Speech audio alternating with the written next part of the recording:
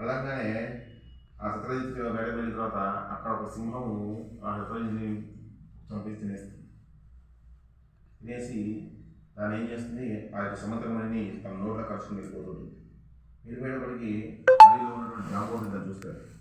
చూసి ఈ సముద్రమణి ఏదో బాగుంది, ఇది తీసుకెళ్ళి మా అమ్మాయిని కదా, జాంబవతి కూతురు పేరేంటి జాంబవతి, నా కూతురు మెడలో వేస్తే చాలా చక్కగా ఉంటుందని భావించి వెంటనే ఏం చేస్తాడు, ఆ యొక్క సింహాన్ని వధించి చంపేసి ఆ యొక్క సముద్రం తీసుకెళ్ళి మరి ఎక్కడ వేస్తాడు, జాంబవతికి వేస్తాడు.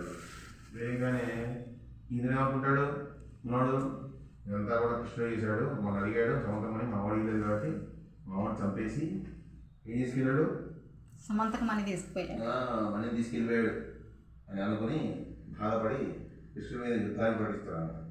అమ్మటనే ఆ నోట ఈ నోట విని ఆ కృష్ణ చేతిలో పడుతుంది. ఏం జరిగింది నాయన అంటే, ఏముంది నువ్వు వాడిని చంపేసి సముద్రం ఎత్తుకుపోయావు కదా, తమ్ముడిని చంపేసి ఎత్తుకుపోయావు కాబట్టి